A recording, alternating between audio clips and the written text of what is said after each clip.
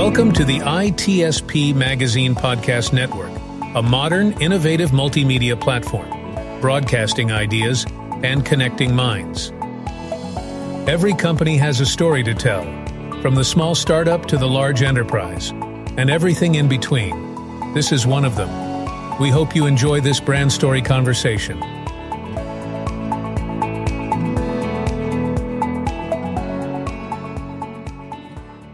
And hello everybody, you're very welcome to a new On Location from RSA Conference.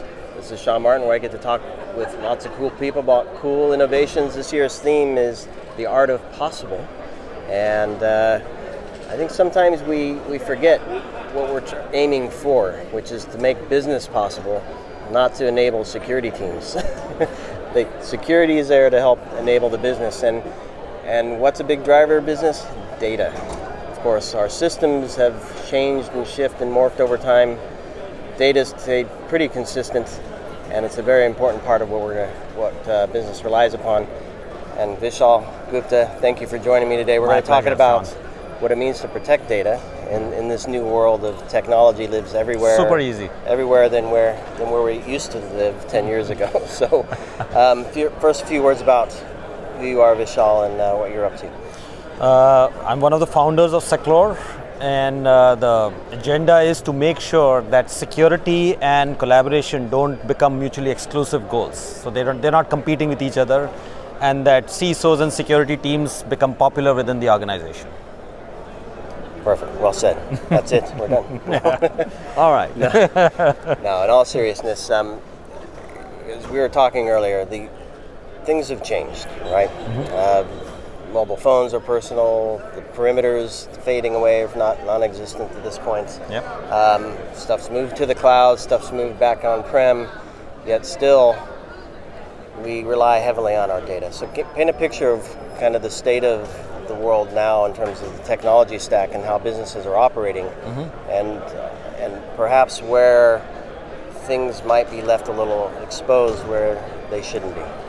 I think enterprise focus for the last many decades has been around protecting infrastructure, right, which is devices, networks, applications, and the likes. And the challenge with all of this, protecting all of this infrastructure, is that you just cannot do enough of it. So data is moving across all devices, it's moving across all networks, all applications, and it's also moving to things or stuff, infrastructure that the enterprise cannot monitor or control. Right? So personal devices, for example, public networks like RSA, here everybody's using a public network. Applications have all moved to the cloud and so on. And for the enterprise, it's become a little bit of a data chase. It's almost like the enterprises are constantly following the data, and everywhere the data goes, the enterprise wants to control it. Personal devices, cloud applications, public networks, third parties, and so on. And it's impossible. You just cannot chase the data enough and secure the spots where the data lands up. So I think that's a big challenge for the enterprise. And our insight at the time we were starting Seclore was that the only way to protect data is to protect data. I know it's a self-referential statement, but it's true. There is no amount of infrastructure security that will mean data security. Why do they compromise systems? Yet maybe they want to take down the system for denial of service, but ultimately it's about the data. Absolutely. So wherever it is. So talk to me about how this reality impacts how teams operate. If they're constantly buying technologies and putting policies and controls in place, chasing this data, mm-hmm. where are they missing the mark? It's just not possible. So enterprises are realizing, teams are realizing that they just cannot get policy uniformity across devices, networks, applications, employees, third parties, and so on. Unless they change the game. The rules of the game change, and the only thing that they really care about is data. So there are a lot of examples where data security actually replaces infrastructure security. We have a lot of financial services companies who have been able to completely dismantle their VPN infrastructure, because now the data that they're sending over the network is protected, and therefore the need to protect or control the network itself goes away, for example. Interesting, okay. There are lots of enterprises who've been able to do away with personal device control, MDM kind of technologies, because they realize that they don't really care about the device.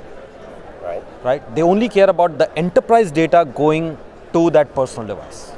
Because there'll always be a hole, right? There's always a hole. There's always an open end somewhere. Yes, absolutely. That slips through the policy cracks, right? And the other option is to stop the data from going. But as I always say, if you stop data from flowing, it's like water, right? It starts stinking, right? So it has to constantly flow for it to be useful. And it doesn't flow where you think it's flowing. Exactly. Right? It flows in all the wrong places. The water's coming out of that plug, but that's not where it's coming in. Yes. So, All right, interesting. So how does what Seclore does help with this? What Seclore is doing is we've created a mechanism by which security, privacy, compliance, observability, everything can be built into the data itself. So consider it like a firewall around a piece of data. Right. So the simplest example I can give you is I send you a document via email, right? Something which happens maybe trillions of times every day. Right. Now what Seclore has done is that you take the document or the email and you put a firewall around it, and the firewall has certain rules.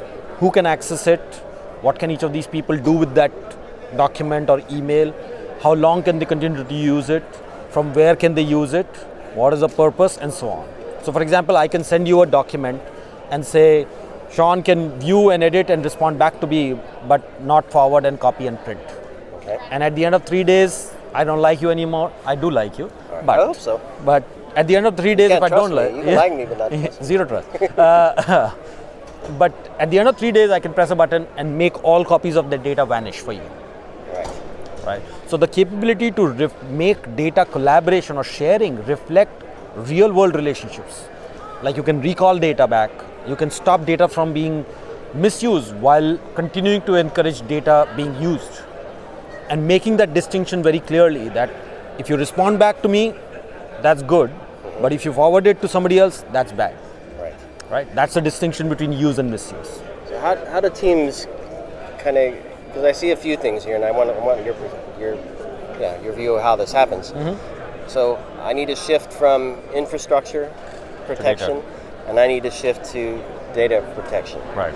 And I say those separately because I think there's two different things: skill sets and how you build programs and all that. So how do you help organizations make that transition? So there are a couple of unique challenges that come with data. If you're trying to protect infrastructure, right? So for example, if you're trying to protect devices, there is a finite countable number of devices in enterprise. If an enterprise has 10,000 employees, then maybe it is dealing with 20,000 devices, right? Maybe. But when it comes to data, it's uncountable. An enterprise of 10,000 employees will typically be dealing with billions of pieces of data, trillions sometimes, right? So the first challenge in this whole data protection is just to even do an inventory of where is my data, what is happening to it currently, right, and those kind of things. So that becomes a big challenge of its own. We help enterprises solve that problem. Okay. The second is now you've discovered it, you've classified into highly confidential and public. So in your mailbox, there might be a highly confidential board communication, and the email just next to it is a lunch invitation. Right? Presumably these two are very different levels of confidentiality. Depends on who you are having lunch with. I know. Right? It's a good question. So, assuming it's if it's Marco yes, founder, yes, it's not confidential. Yes, right. But if it's your girlfriend, you don't want that. Yeah. Right. So the being able to apply differential security and privacy policies to these two emails, which are both lying in the same mailbox. Right. It's your mailbox next to each other and so on. So that's something that we help enterprises define these differential security policies and actually apply it to these two emails which are sitting in the same mailbox. And the last but not the least is being able to monitor and control what's happening to that data. That forward-looking financial statement for a publicly listed company could be worth billions of dollars for a very short period of time, right? If you knew how a publicly listed company is going to perform even 10 minutes in advance, that can mean a lot of money and a lot of lawsuits, right? And so on. So being which is able an issue for the company, not just the person that makes the money. Yeah, absolutely. For the person who's making the money, it's not an issue at all, right? Right. But for the company, it can become a big issue. investor lawsuits and so on. So we have a lot of listed companies who actually use Seclore to make sure that, for example, forward-looking financial statements don't go out before the analyst call actually happens. Right? We have a lot of enterprises who use Seclore to protect intellectual property, designs that they are sharing with fabricators who are in a different part of the world. For example, but you have to share. You have to share. How are they going to build it? Exactly. It's like you stop water from flowing, it starts stinking. Yep. So if you stop data from flowing, it becomes useless. Right. I mean, the safest computer in the world is the one that you never switch on. Right. It's also the most useless. Exactly. Right. So you don't want that. You want to share, but you want to make sure that it is secure. And that's what.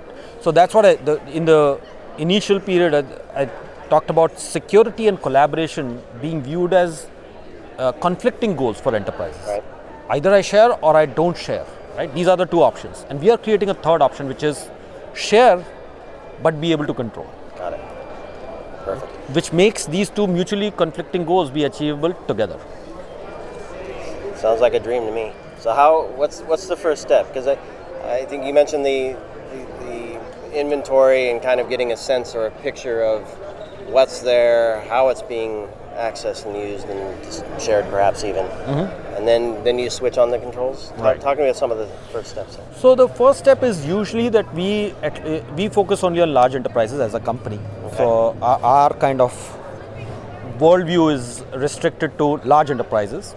But within that, some of the biggest challenges that we've seen enterprises is to try and boil the ocean, right? Which is to do this for the whole enterprise all at one go.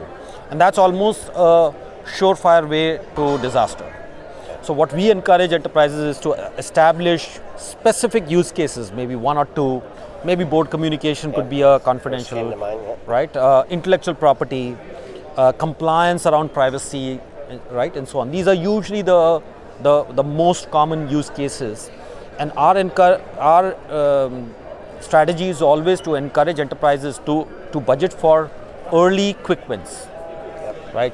So if there's a specific context that is established, right, let's say confidential data needs to go to a third party, then focus on that, get it up and running in 2 weeks, a month, right, and so on. And for a large enterprise, getting anything done in that time frame is a win. Right. Get that, establish this, go from 1 or 2 use cases to 3 or 4, and then a pattern usually emerges within an enterprise. Then an enterprise-wide rollout works. Got it. We've seen a lot of enterprise deployments of data-centric security technologies, which is the class of technologies that we belong to. Try and do an enterprise-wide inventory or an enterprise-wide data protection, and failing at it. Yeah. Well, I'm a huge fan of the quick wins, repeatable wins, and you scale that. And sounds like you have a good strategy. And I'm thrilled to meet you, Vishal, and to hear this story. Thank you. And thanks for having me. Thanks everybody for listening to this brand story with Seclore and Vishal Gupta. Please do connect with them and the team. Yes, absolutely. LinkedIn. Here at RSA or on LinkedIn. It's always easy wherever you are. And thanks everybody. Catch you on the next one. Thank you.